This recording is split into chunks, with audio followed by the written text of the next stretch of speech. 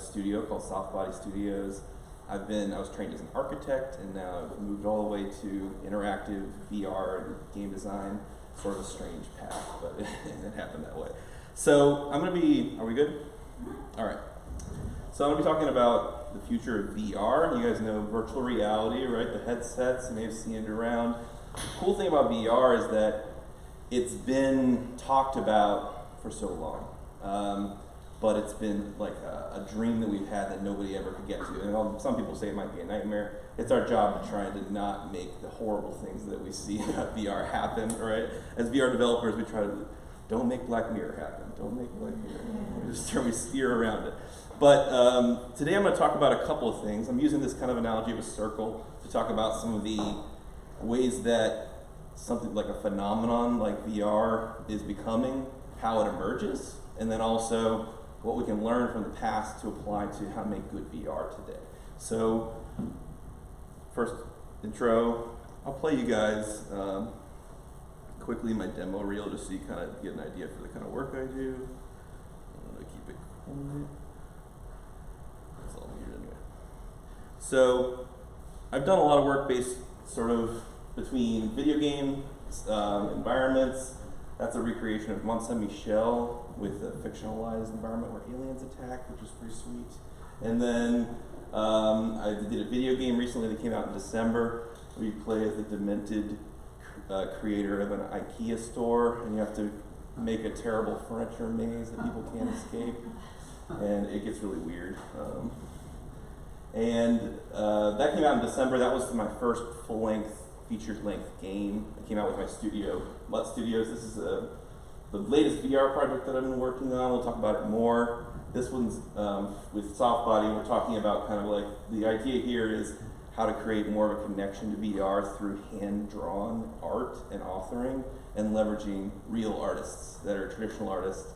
Sometimes in games we get digital artists, people who aren't necessarily connecting with a broad audience. This is a VR installation that I did a long time ago, in about 2015, for Bravo Media in New York.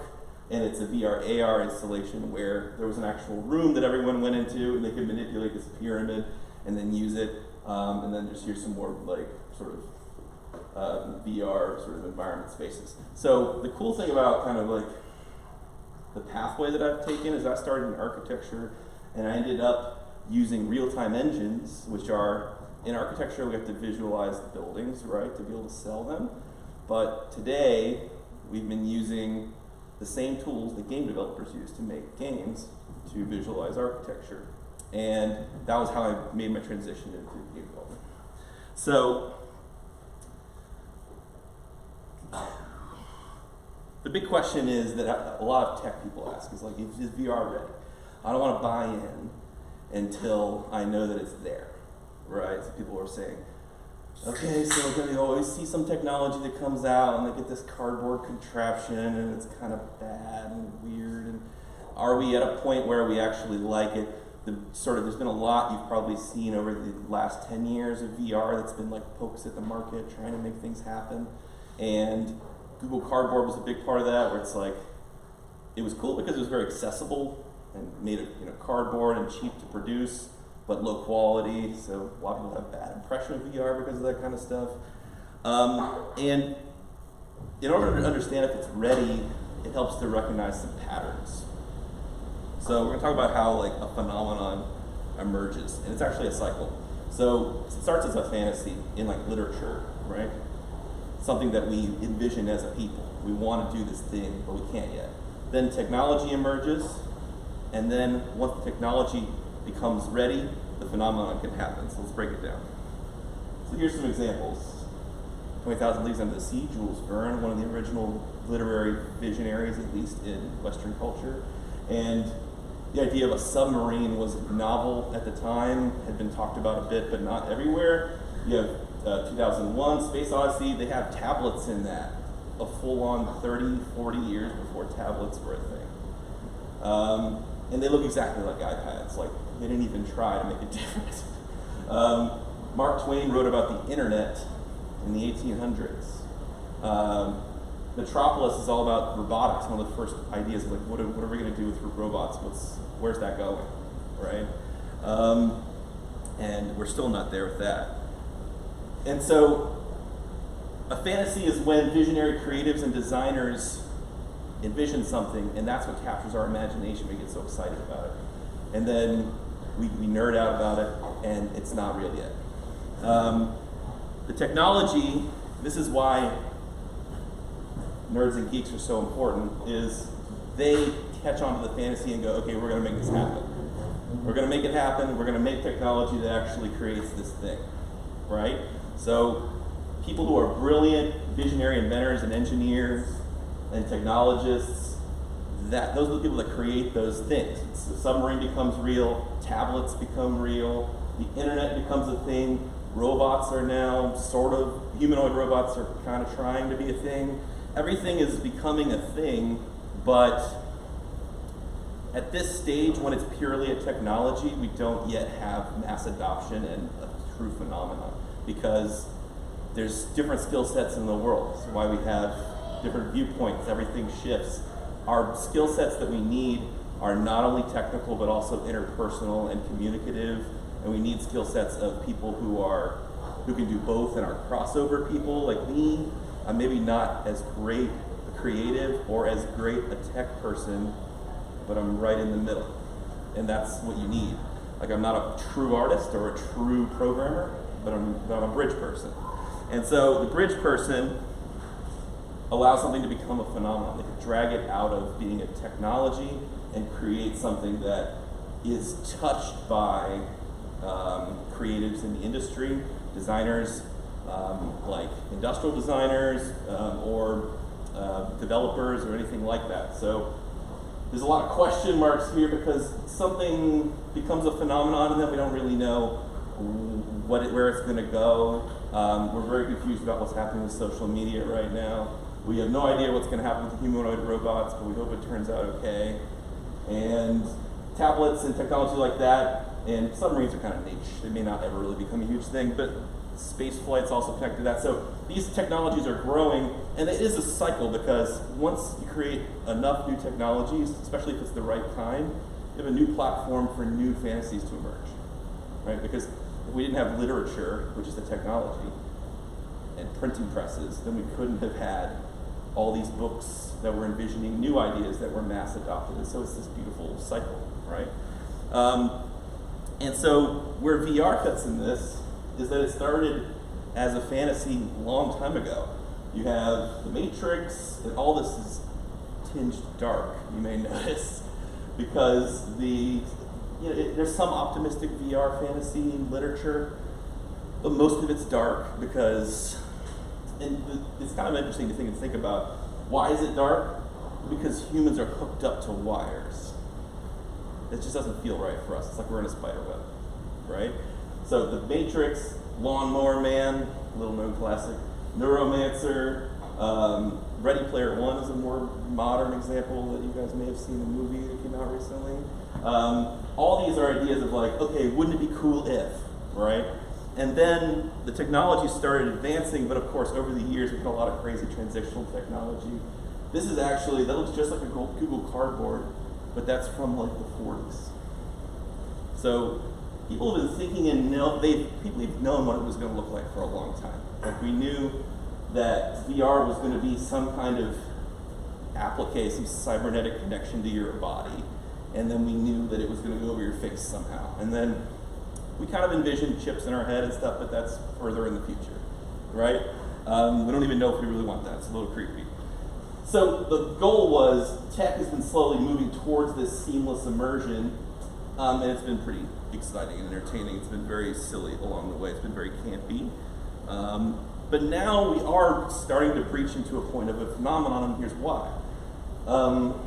Development environment for virtual reality was always really small, and only extremely technically proficient people could engage in it, which means that almost no creatives could engage in it. Creatives just aren't, it's not as much of an overlap.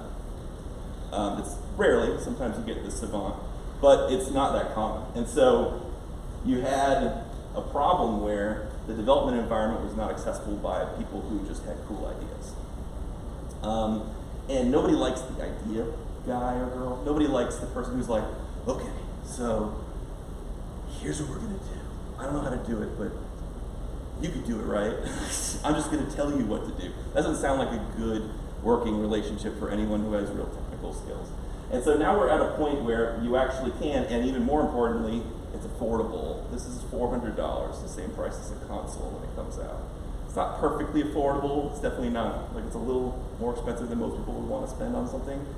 But this is a premium VR experience with full 6 degrees of freedom, meaning that you can walk around, you can have hand presence, and you can look around, you can interact with things. And that's exactly what we've been trying for an accessible price, and it's only going to get lower, right? And so we're at that inflection point where, as a developer, you can actually make something happen.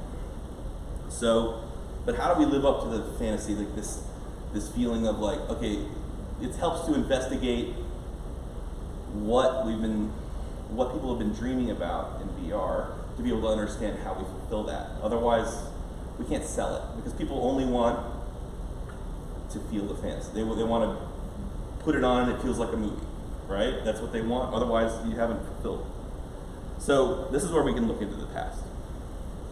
It allows us to look backwards, because VR is interesting in that if you become sufficiently advanced with this, you lose the constraints we've been dealing with so far as technologists and designers. So a classic example would be a user interface.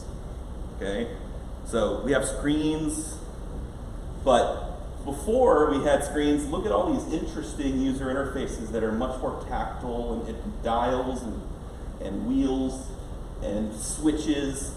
And if you've played any VR nowadays, you might realize that they all have that in them, not a screen button. Now, there is usually that overlay, which allows you to get to the content, but then once you're in the content, a lot of VR experiences have levers and pulleys and things that are physical, and it's because that connects us to our world. So today, look at all these rectangles. Aren't we getting a little bored of rectangles? I think we are. And this is why everyone's so disillusioned with the phone market. Like, I have not gotten a phone that excited me since the first Droid. I was like, oh, this is better, and then nothing else was better after that, really. It's just like a little better. It's this incremental improvement. VR is the big jump improvement that people were hoping for. Obviously, it's a totally different experience than a phone, but that's what AR will take on, but we won't get to that. So why do we use them, though? Well, we use them because they're orderly. A rectangle is very sort of easy to organize things. You can manufacture it very simply because you have physical manufacturing sort of constraints with a rectangle, and we're familiar with them. We know how to put things in a rectangle. But we can change that when it comes to a digital interface in VR, because everything falls away. We only have digital constraints now, which are real. You know, there's definitely digital constraints about, and this is one of the things we've been working on, is like, how do we make sure people don't get motion sick? We have to have a high enough frame rate, which is how many still images you see in a second, all right? So these are a bunch of like more engaged options. These are still user interfaces, but they exist around you instead of just in your hand. Although plenty of VR has their connected sort of buttons like that, or even more physical ideas, things that feel like they're connected to objects in the world. There's a lot of augmented reality stuff talking about like, okay, I walk up to a bike and I press it and pieces come out. And the new Mac Pros, which is a disaster, but the new Mac Pros have the AR app where you can like pull it apart and look at all the parts inside of it. And so we're moving towards a place where these things can inhabit our world and become more ingrained in our experience. So consider the Matrix, so we can learn from this. So I actually taught a VR class last quarter, and the students hadn't seen the Matrix, which is fine if you guys haven't seen it, but it's not cool if you're going to a college level VR class and you haven't seen the Matrix, so we immediately assigned that. But the Matrix is a great blueprint because it's that idea of the fantasy in VR, but Wachowski brothers, although they've really dropped the ball since then, At that time, they had a very innate understanding of the difference between what we have now and what we could have in virtual reality. And so it's a good visual blueprint for a transition. So in Zion, the real world, right, where they're in the real world, look at all these screens, a bunch of rectangles. And the poor people who can't even go into the matrix, they just have to look at all these rectangles and code going by all the time, and they can only abstractly visualize the matrix, right? And they're very vulnerable in this place, and life is hard, and they could really die. They can't bend physics. So there's a whole sort of problem with this reality. It's darker. And then we move away from rectangles to a more physical thing in the matrix, right? It's a biological process when they change into being. It's a biological digital process. The jacking in. So it leverages like the carnal horror that's done to them, but more importantly, all the interfaces that they touch are now no longer screens. They walk up to a phone and that's their thing. Or they can literally just shift the shape of things around them, because that's the advantage, and that's the base thing that seems obvious about VR. We're in there now, and the rules don't apply, right? And so it's a physical phone, and if we were making a VR Matrix game, you would still do that. You'd grab the phone, and that would be what would put you in the main menu, or back to some other level. You wouldn't pull up and press that. That's not the fundamental fantasy that we're going for.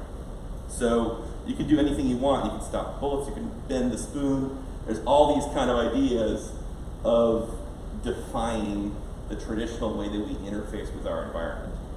And then, here come the rectangles again in the pivotal scene in the second one, at the risk of being nerdy. But this is when they say, oh, actually, you don't have as much control as you want. Look at all these rectangles.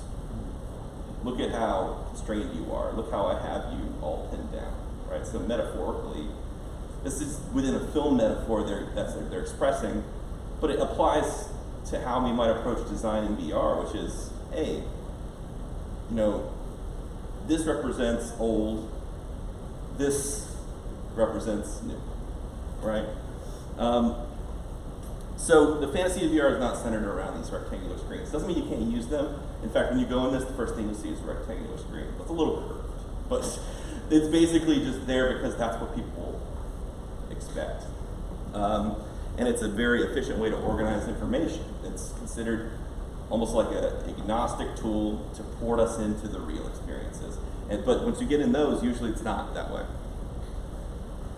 So the future of VR, theoretically, is physical, not digital, which seems silly because it's a digital medium. But it's actually more physical, especially once the controllers have become better, which they're getting better, and they're getting even better now with the Valve knuckle controllers. You can move your fingers and see all your fingers moving. It's experiential, not efficient. People want to go into VR because they want to be immersed in something. If your primary goal is immersion, it's not efficiency, because you're going to get lost, you're not going to find things extremely well, and that's the point. And it's also personal, not generic, in that you can personalize your environment. You should be being told a story that gets right in your face. You shouldn't be part of a huge crowd, although there's this whole social component to VR as well, but that's also personal, because you're representing yourself in the way that you want to be represented. So it sounds like real life, which is why it's full circle.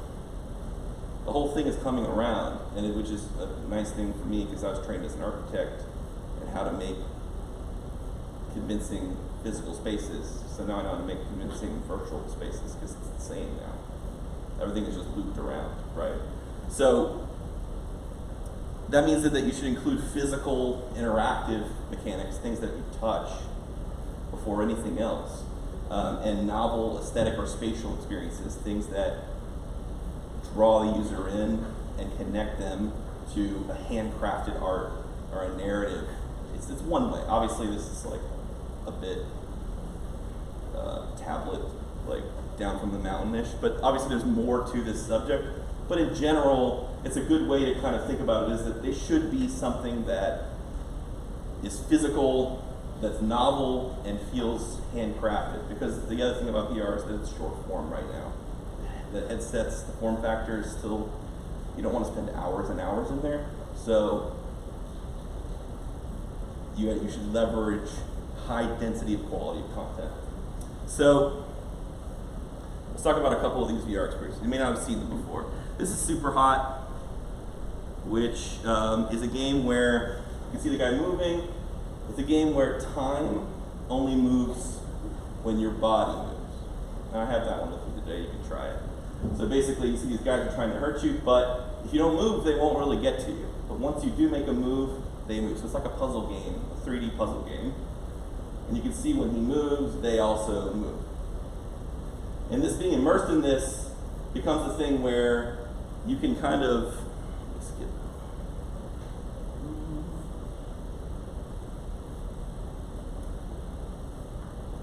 So it allows you to, it's sort of like, it's a game where you're able to use the movement of your body, which is a physical thing. You're immersed in this novel aesthetic environment that supports the theme of the game, which is it's all a blank slate white, and all the important things are just red and black, right? And so then what you're doing is you are kind of creating all the gameplay based on your movement of your body, which is inherently more, people are connected to that more than screens and clicking buttons and keyboards and moving things like that. Because literally all you do is just grab things. So this guy's really bad at playing it. He's not exciting at all. Or what about Beat Saber? You may have seen that, right? So this one's like, it's like the most just ridiculous kind of like concept for a game, which is, oh, you're like a Jedi for music. Just ridiculous. Let's see.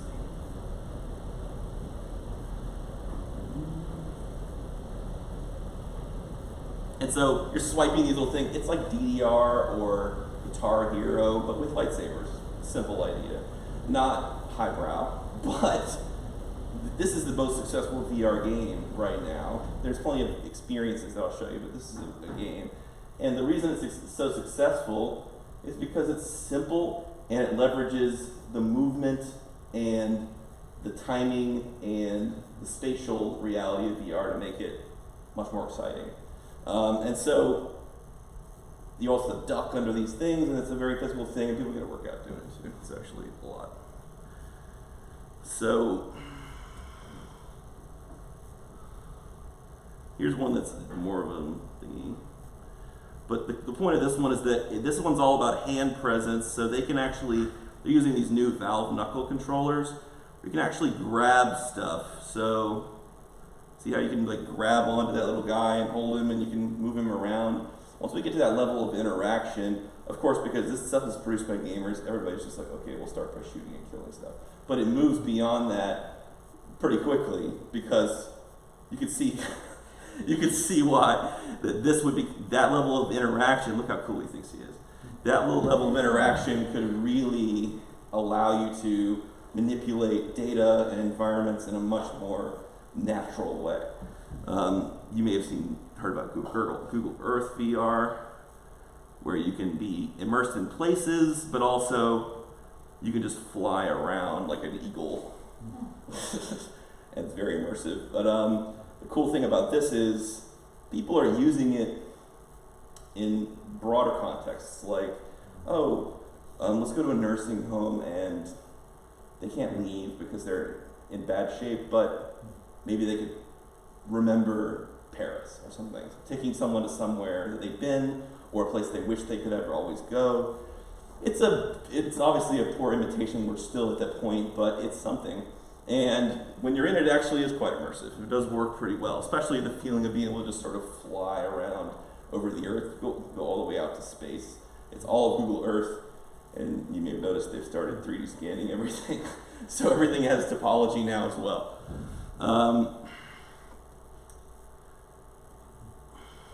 And then, of course, there's creative applications, like Tilt Brush, where we're actually sort of like painting things in virtual reality.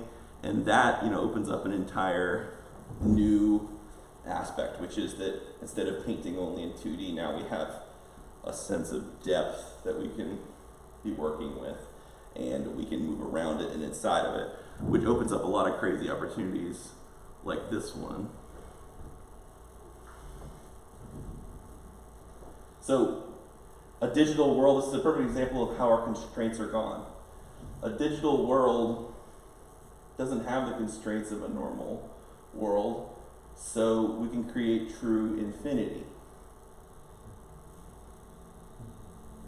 where you're moving in and in and in, and you can keep going until there's a theoretical limit, but overall, if you create these softwares, this is Quill, the idea of, oh, okay, you literally can go down to this extremely tiny level. But just from that space, we don't have the same constraints we have in a normal place. And so that allows us to create these really kind of shocking experiences.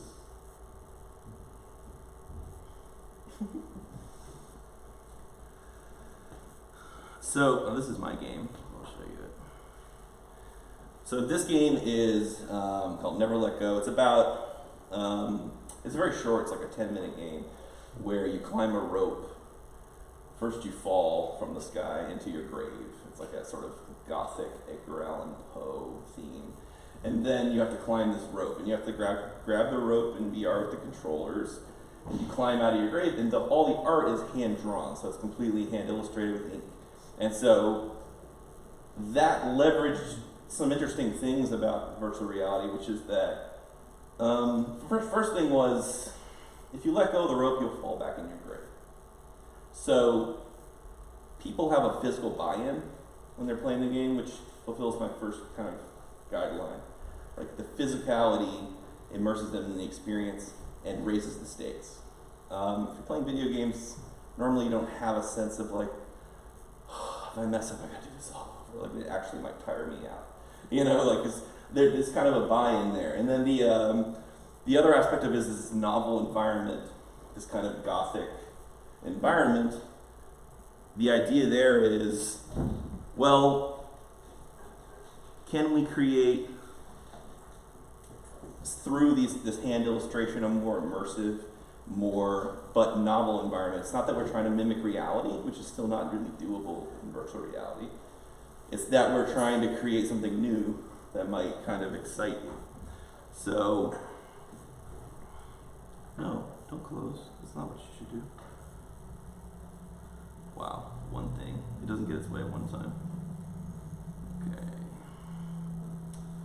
Down there.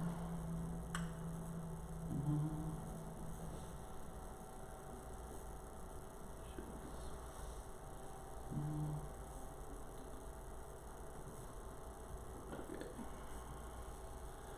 So these kind of illustrations, these are just screenshots of the experience, but these are all created, and the cool thing about it is that the artist that I work with, Ashley, she's very talented. She's part of the studio Softbody, and she doesn't know anything about virtual reality production and has learned a bit, but actually any artist wouldn't have to. You'd be a very skilled artist, and as long as I give you the correct kind of templates and constraints to work within, the artist's illustrations can become fully immersive just through my input. And it saves me a lot of time because all the pretty stuff is done, right? So it's a good partnership. But the cool thing about it is that no one really ever seen a fully hand illustrated VR experience. And so, it's a fun edge. What we want to create in order to create a phenomenon is a diversity of experiences that have something for everyone, right?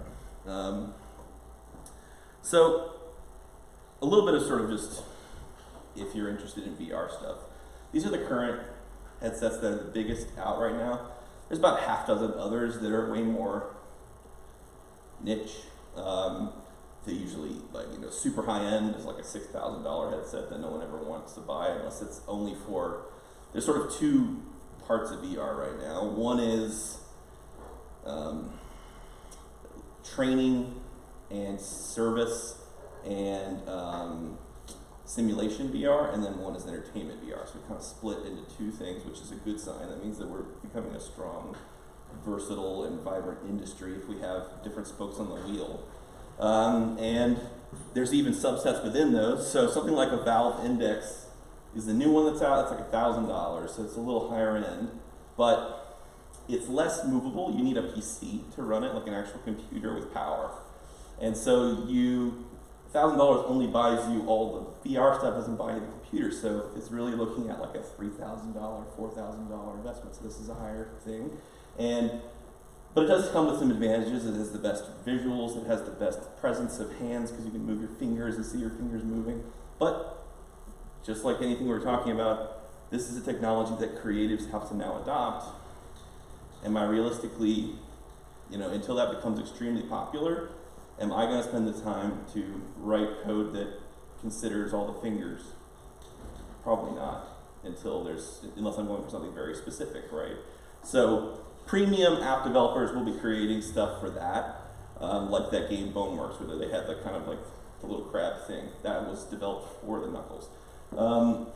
HTC Vive and Rift have been around for a while. Rift has the new Rift S. All the Oculus stuff now doesn't have any of these little squarey things, which are called lighthouses. They are trackers that would track your position in VR. These have what's called inside-out tracking now. It comes from little cameras on the headset, and it can track your environment from the headset. So it means there's a lot less moving parts, less pieces. You don't need to have as many ports to plug into your computer. It makes it really portable. This is the only headset out right now that's fully wireless, though. And that comes with, even the Rift S plugs into a computer. But it's one wire, which is very drastically improved. But it still plugs into a computer, so you have that. You do need to have a nice computer to run that, but that's $400 as well, so it's much more accessible, but you need a nice computer. But this is the exciting kind of new thing that's happened recently because it's running on a mobile processor, so we can't do quite as crazy visual experiences. We need to make sure we lean on being stylized and not trying to mimic real life, because we'll never get the fidelity with a phone. Although it is quite good, you can do a lot. Because you've seen the games on phones now, it's really good, right? So we can do a lot with it, but it being completely wireless makes it super portable, shareable, and usable in any space. And there's just a couple kind of transitional technologies that it has. Like, for instance, if I put the headset on, I can still see everyone because it gives me a black and white image of the world while I'm getting set up. And that, just like going back to that fantasy of VR, the fear that's surrounded around VR, a lot of it has been, if I put this thing on, who's gonna punch me when I'm not seeing them, right? Am I gonna fall off of the stage? What's gonna happen? That's the scary thing for people, right? But when I put this on, I can actually see you guys, theoretically. Let's give it a second. Let's see, somebody do something, test me. Hands up. More hands up. Who else got a hand up? Nobody. Okay, there's no delay. I got you. Yep. See, so this has been previously very scary for people. It actually was very awkward in my classes too, because I just put it on and then who knows what my students are doing with me away. But now that this is a thing, I can do it. So that allows it to be a lot more accessible. The other thing they've done is you don't see any headphones. It actually has a smaller headphone that connects to, it sort of sits on your ear bones a little bit, or your head bones, and gives you kind of it sounds like the real world sound instead of closing out the world. And that helps you because that's the other thing. You want to know if someone's coming up on you. Because eventually you are going to be immersed in the VR. You are going to be kind of like not being able to see the world. And so you need to at least hear if someone's talking to you or something. So they've done a lot to help it not be nightmarish. But there's still some weird things that are happening that we're working through. Yeah, so any questions? Thank you. Yeah. What's up? So, as an architect, I assume that you work with a lot of physical tools. Have you seen those physical tools translate to VR, or any new tools in VR that could not exist in the physical world? So, there. Okay, so the question is like, are there any tools for creation of architecture, like software? You mean like physical tools, as in like A compass. like a compass, right? Okay. So are there any like creative tools that have translated to VR? Well, there are a lot of creative applications in VR. The main, like you saw Tilt Brush before, there are 3D modeling applications, like sculpture applications, called Medium is one of them. And there's quite a few. There's even an animation where you can rig 3D objects and pose them. The main constraint there has always been usability for a long time, because at the end of the day, this stuff takes a lot of time to make, and I don't want that on for the 6 hours that I'm doing this. You know, my face is gonna get all, and it's gonna be weird, and everyone's gonna see it, think I was skiing. It's like an imprint on my face. So yes, there are tools that have moved in. I think there are some more physical. I've never seen a compass in VR or something like that, but obviously you have things like pens and paint brushes that they're giving you, but a lot of times they're kind of abstracted to make sense with this. So it's kind of a new thing. Although there's a new controller that is actually a stylus that they built that will be specifically for authoring in VR. So they're starting to move towards more peripherals like that, but it's a little bit different. Anybody else? The gloves or the hand controllers, do they give any feedback? Yes, there's a lot actually. So these have a ton of sensors that you'll see when you try it, but first of all, you have a representation of your hands in VR. You can move your thumb and your forefinger and it will reflect that, so you can actually see the position of your hands somewhat. Those Valve knuckle controllers, they get whole finger presence, but this is kind of a little more limited, but it's still pretty much what you need. You can tell if you're grasping something, pointing at something, giving a thumbs up. They also have vibration in them, and the way they can also detect if I'm close to a button or not. It's proximity sensors. So I can develop a lot of different kind of ideas. Like I can tell if you're doing this, this, or this. So there's a lot you can do there. Like for instance, one thing I was working at is like, in a demo I was working on, like how do you make a good knife in VR? Well, the main thing that you don't think about is that if you stick a knife like in a wall or something, let's say a wall. So you stick a knife in a wall, you can let go of the knife and you want it to stay in the wall, or you want to like hold it tighter and maybe use it to move yourself. Those are things that you can use combinations of controls to create a feeling for. And it's just a matter of kind of adapting to the controller. That's the big thing that Oculus has done well, is they've had a good controller for a while. So it's made it possible for developers to commit to this and actually figure out solutions, as opposed to always changing the platform on us. They're allowing us to commit to this. And even the old controllers for the Rift, the original Rift, the only difference is they have a loop down here instead of up here, because they have different tracking system, but they were the same layout. So you can develop for VR better using the Oculus controllers. Yeah, they can give you a lot of feedback. Anybody else? Talk about some of the distinctions between VR and AR. Right. I'll give you an example. Gulfstream has what they call a cave. It's a room, I think it's 10 by 20 or so, where clients can go, they put on the goggles, and what is projected is the interior of the aircraft. Right. And they are able to relocate tables, color schemes, textures. All of this is then the final production specification for the production line. And they use this for clients a lot. So they actually had one of the guys in the new technologies team there. He was in one of my Unreal Engine classes last quarter. And what they're trying to do is it goes back to that physicality thing that I was talking about. They're trying to create the most mundane physical interactions in VR for the clients. They want them to be able to be in the cockpit and pick up a coffee cup and throw it. Like they want them to be able to pull a drawer and find some pens in there and be like, and, put the pen somewhere. They want them to be able to have even the most ridiculous, mundane things, so they feel completely, the idea that this is not a real thing melts away and they're ready to spend the 20 million, right? So it's kind of like they want to completely give up this, but also they're using augmented reality. I don't think it's a secret, but they're trying to create like virtual mechanics. So they can't always fly someone out to a remote location to help fix a problem with their planes that are out there, because the private clients expect that kind of service. A local mechanic can put on a headset, and then they can be seeing what they're seeing and project information on it to tell them what to do. And so it's like a way of them to do that. So that if you don't know the difference, I didn't talk about AR a lot. That's augmented reality. Virtual reality is what we're looking at here, although it blends it a bit because I can see you guys. So augmented reality is when we see the world but things are added to it. Virtual is when we fully replace it, okay? You can think about AR and the future of AR kind of like you think about your phone.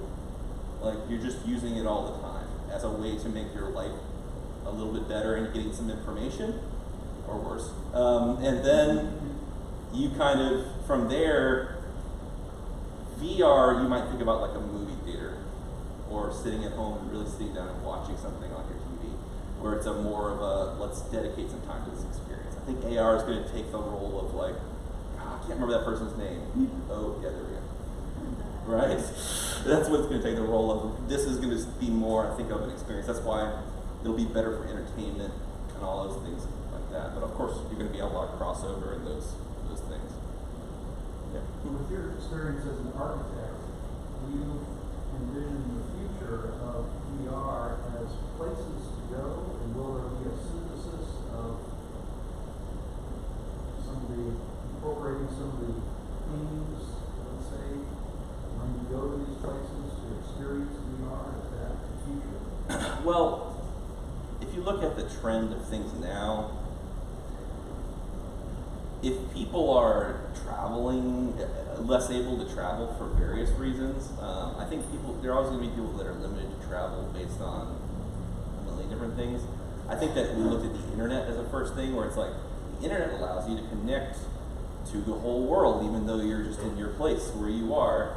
Virtual reality is becoming that, although I don't personally buy into all the social VR. I know it's going to be an important thing, but I'm freaked out by it. I don't need to see like a bunch of anime characters running by and everybody doing their weird little snowflake thing all around me. I'm not interested. But that's just because probably I'm a little too old for it. Maybe that people in you guys' generation will just totally take to it, or maybe even younger might just take to that because it'll become more ubiquitous. But for me, I'm like, I'll just message you or video chat or talk to you. I don't want to do the AR chat thing.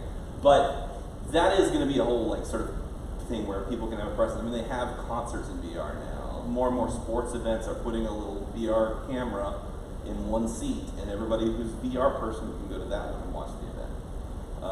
Like ESPN has an app, and so if you can see that it's expanding as a social thing, and also, but I'm not looking forward to the future where we travel in VR instead of real life, personally.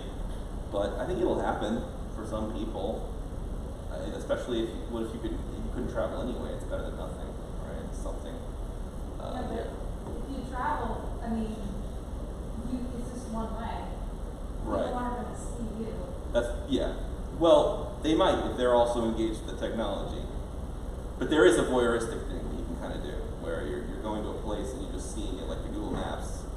But that's always been strange to us, right? Where we see the Google Maps and it's like, oh, there's a person there.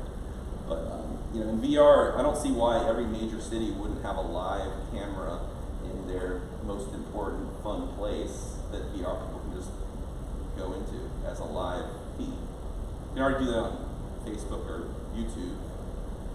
I think it's already happening. There's probably some 360 video streams. This is just a matter of better bandwidth, right? So at least there will allow people to just be like, oh, what's going on in Times Square today? Oh, more advertisements. Okay, I get it. But like, that's going to happen, I think. But I don't know how into it I'll be. I definitely don't want to help make it happen. What else? I was kind of curious if there's any work being done to kind of. Sorry, can you speak up a little bit? I was in a Any work band. being done to kind of integrate all these different experiences, because it seems like there's a lot of disparate, isolated apps. There are.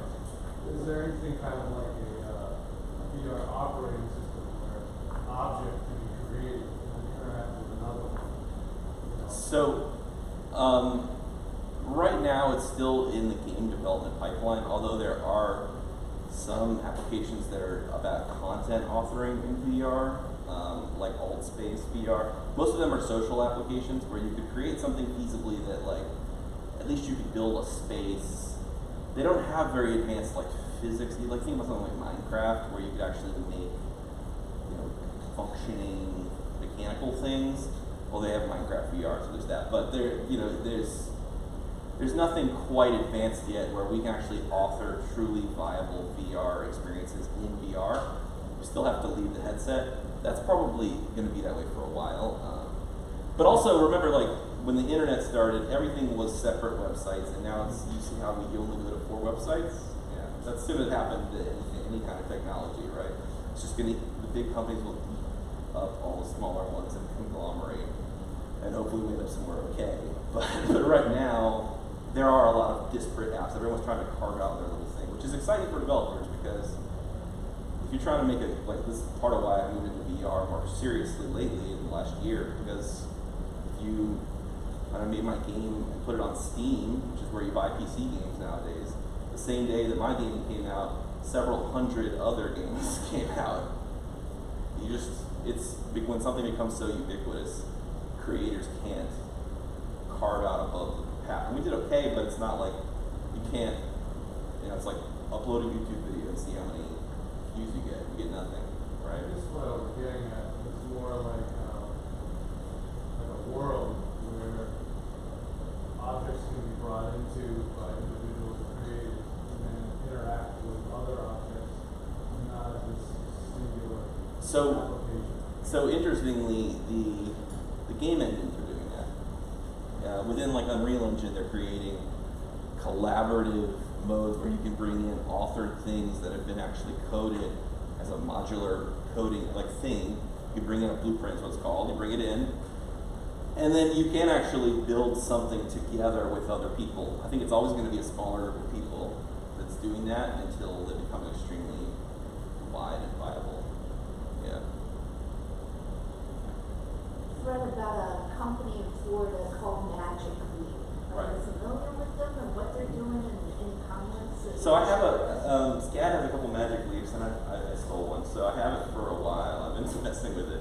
But this is an interesting thing because it's these goggles you put on and you can see the world, right? They're working, they have some main limitations. It reminds me of when VR was early on, so it's certainly going to, in a couple more generations, it'll be nice. But, and the HoloLens is apparently better. But the issue with it is that you only see a tiny little window of content, and it's all very translucent and flighty. It doesn't feel like it's in the world. So, because augmented reality technology is so much harder to do, you have to have a lot more processing power because you're just analyzing a constantly changing picture and trying to adapt to it. That's very hard to do. Like, we're really the only computer that can do that right now, right? And yeah, so they kind of, doing that has been much harder. That's why AR is lagging behind in usefulness to VR. Because we just make our own convenient reality. I think I read they raised over $1 billion, so they probably have. They make a ton, yeah, they've gotten a bunch of money, but nobody's using it. In fact, they're giving them away free to developers now. One of the use cases I read about was working with it's not Nokia, the store where you buy the modular furniture, or I forget the name of it, but Right. where you would actually go into the store with the headset Yes. on and pick out furniture, Or the but IKEA app, have yeah. it in your room.